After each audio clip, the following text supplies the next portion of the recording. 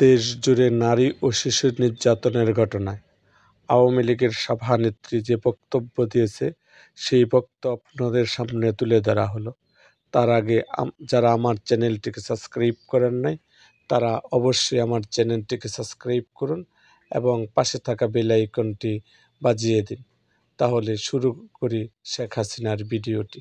আজকে আমরা এমন একটা সময় বাংলাদেশে বাস করছি যেটা সত্যি আমাদের জন্য খুব দুঃখজনক। মেয়েরা অনেকেই স্লোগান দিয়েছে আমাকে বিদায় দেওয়ার জন্য। আমার বিদায়ের পরে আজকে বাংলাদেশে কি অবস্থাটা আপনারা দেখেন। আজকে মেয়েদের সম্মান নাই। মাইকিং করে বলা হয় মেয়েরা বাজারে যেতে পারবে না।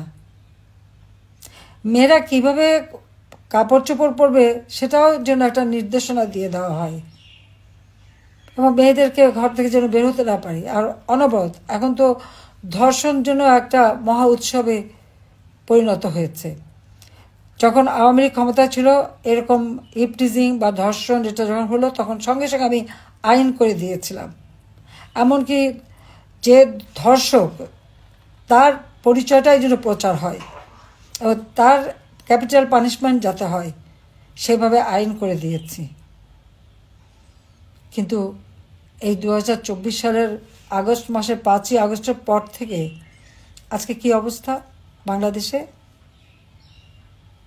মেয়েদের সব অধিকার একে একে কেড়ে নেওয়ার চেষ্টা বাস করছে, যেটা সত্যি আমাদের জন্য খুব দুঃখজনক। হাটে ঘাটে মাঠে মেয়েদেরকে অনবরত লাঞ্ছিত করা হচ্ছে। ক্ষমতা এসেছে একজন সুদখোর জঙ্গি নেতা ইউনূস, তার আমলে তো কেউ আন্দোলন করতেই পারছে না। 7 জুলাই থেকে 14 জুলাই পর্যন্ত আমাদের ছেলেমেয়েরা যে আন্দোলন করেছে বা 15 জুলাই পর্যন্ত আন্দোলন করেছে, কই তাদের উপরে টিয়ার গ্যাস মারা, সাউন্ড গ্রেনেড মারা আমরা তো কিছুই করিনি। অথচ এখন মহিলা শিক্ষক বাচ্চা নিয়ে আছে, তার উপরে গরম পানি মারা হচ্ছে, তাকে গ্রেপ্তার করা হচ্ছে। মেয়েদের কাপড় চোপড় ছেড়ে স্বাধীনতা নষ্ট করা হচ্ছে, ওড়না টেনে নিয়ে যাওয়া হচ্ছে। এই ধরনের অনাচার কিন্তু চলছে। মাদ্রাসার শিক্ষকরা আন্দোলন করেছে, তাদের উপরে হামলা, 2 জন মারা গেছে, সেটা লাশ গুম করে ফেলা হয়েছে।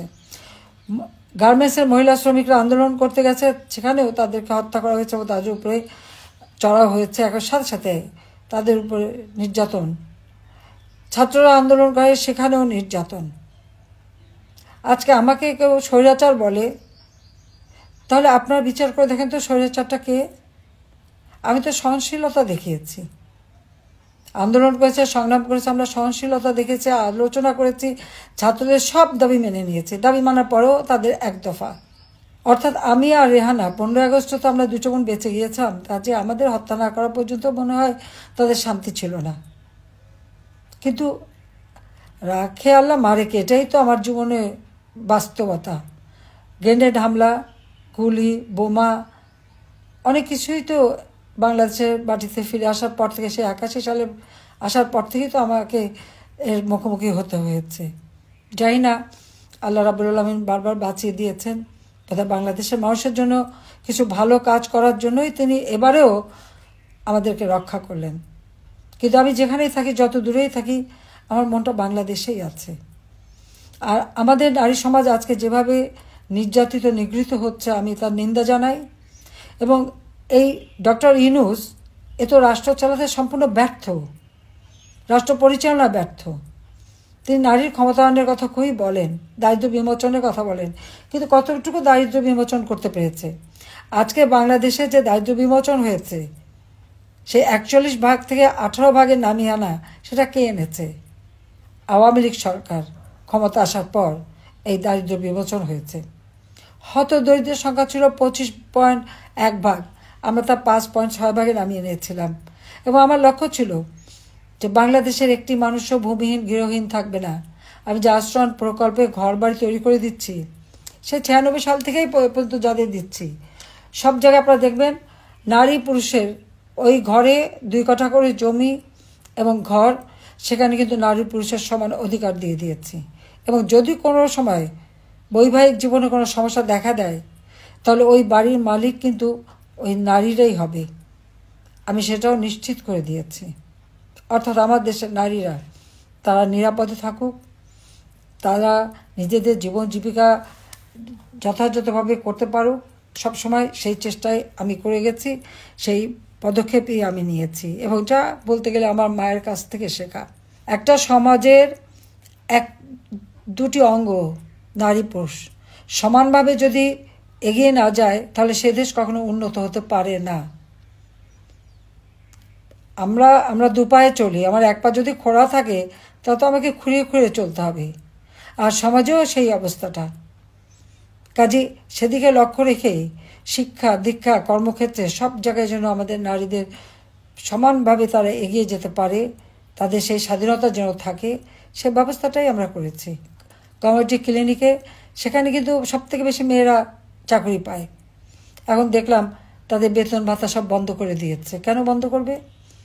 যেখান থেকে সাধারণ, বিশেষ করে মেয়েরাই তো বেশি লাভবান, তাদের তো আর কারো মুখাপেক্ষি হয়ে থাকতে নাই, হেঁটে যেয়ে তারা চিকিৎসা নিতে পারে, সেই সুযোগটাও এরা এই ইউনিট সরকার এসে বন্ধ করে দিতে চাচ্ছে।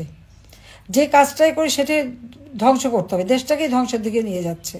কাজে আমি আমার বন্ধুদের বলবো এই নারী দিবসের সকলের কণ্ঠ সোচ্চার করতে, যে আপনারা সোচ্চার হন এবং রুখে দাঁড়ান। এই অন্যায় অবিচারের হাত থেকে দেশকে মুক্ত করতে হবে, যা থেকে মুক্ত করতে হবে। যে লোকটা শুধু ক্ষুদ্র ঋণ দিয়ে মোটা অঙ্কের সুদ খেতে জানে, মেয়েরা কাজ করবে আর সেই টাকাটা সে সুদ হিসেবে কেড়ে নেবে, আর সেই সুদের টাকা দিয়ে তার বিলাসিতা, দেশে বিদেশে সম্পদ, পৃথিবীর এমন কোনো দেশ নেই যেখানে তার সম্পদ না আছে, আর শুধু দেশে তার সম্পদের অগাধ সম্পদ, আর দরিদ্রই থেকে যায়। আর এদের কাজটা কি?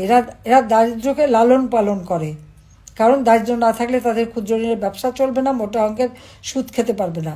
আর আমার প্রচেষ্টা ছিল আমার দেশের মানুষ এবং মা বোনেরা মুখাপেক্ষি হবে না, নিজেরা কাজ করবে, নিজেরা উপার্জন করবে, নিজের জীবন মান উন্নত করবে, এবং সেভাবে কিন্তু দেশটা উন্নত আমরা করেছিলাম। বাংলাদেশ বিশ্বে একটা উন্নয়নের রোল মডেল হিসেবেই কিন্তু প্রতিষ্ঠিত হয়েছিল। আজকে সমস্ত অর্জনগুলি একে একে ধ্বংস করে দিচ্ছে। বাংলাদেশ এখন ধ্বংসের কিনারে। জঙ্গি যত সন্ত্রাসী, তাদেরকে জেলখানা থেকে মুক্ত করা হয়েছে। আর আমাদের আওয়ামী লীগ নেতাকর্মী, সাংবাদিক, সংখ্যালঘু সম্প্রদায়, ডাক্তার, কেউ বাদ যাচ্ছে না, পেশাজীবী, তাদেরকে গ্রেপ্তার করে বন্দি, হত্যা করে, একদিকে হত্যা করছে, একদিকে মামলা দিচ্ছে, একদিকে বন্দি করছে। এমনকি আমাদের নারী সাংবাদিক, তারাও তো রেহাই পাচ্ছে না, তাদেরকেও গ্রেপ্তার করা, তাদের বিরুদ্ধে মামলা। চাকরি ক্ষেত্রে যেখানেই আমাদের সরকারি বা স্বায়ত্তশাসিত প্রত্যেক প্রতিষ্ঠান থেকে, এবং পুলিশ বাহিনী, এমনকি সেনাবাহিনীর অবসরপ্রাপ্ত অফিসার হোক আর যে হোক, প্রত্যেকে চরমভাবে অপমান করা হচ্ছে, তাদের বিরুদ্ধে মামলা দেওয়া হচ্ছে, মিথ্যা মামলা, তাদের কারো পাসপোর্ট বাতিল করা হচ্ছে, নানাভাবে মানুষকে হয়রানি করছে। এভাবে যদি সব ক্ষেত্রে হয়রানি করে তাহলে একটা রাষ্ট্র পরিচালনা করবে কিভাবে? শুধু নিজেরা বসে বসে ক্ষমতার ভাগরুটি খেলেই চলবে? একজনের তো ইতিমধ্যে আঙুল ফুলে কলা গাছ হয়ে গেছে। কাজে এই অবস্থায় একটা দেশ চলতে পারে না। কাজে আমাদের আজকে বোনেরাও নারী সমাজকেও রুখে দাঁড়াতে হবে এবং সকলকে সাথে এগিয়ে যেতে হবে, যাতে করে এই বাংলাদেশটা, আমরা এই দেশের যে স্বাধীনতা অর্জন করেছি, আমাদের স্বাধীনতা সংগ্রামে নারী পুরুষ নির্বিশেষে সবাই কাঁধে কাঁধ মিলিয়ে কিন্তু রণক্ষেত্র থেকে শুরু করে সব জায়গায় সমানভাবে কাজ করে গেছে। কাজে এই দেশ আমরা লাখো শহীদের রক্তের বিনিময়ে অর্জন করেছি। জাতির পিতা বঙ্গবন্ধু শেখ মুজিব আমাদের স্বাধীনতা দিয়ে গেছেন। কাজে এই স্বাধীনতা এবং বাংলাদেশের অর্থনৈতিক অগ্রযাত্রা বারবার যারা ব্যাহত করছে, সেই সুদখোর জঙ্গি শাসক ইউনূস এর হাত থেকে দেশকে রক্ষা করতে হবে, নারী জাতির সম্ভ্রম রক্ষা করতে হবে, নারী জাতিকে রক্ষা করতে হবে এবং দেশকে এগিয়ে নিয়ে যেতে হবে। সবাই ভালো থাকেন, সুস্থ থাকেন এবং রমজান মোবারকবাদ জানাচ্ছি, আগাম ঈদের শুভেচ্ছা জানাচ্ছি। সবাইকে আমার আন্তরিক ধন্যবাদ। জয় বাংলা, জয় বঙ্গবন্ধু, বাংলাদেশ চিরজীবী হোক।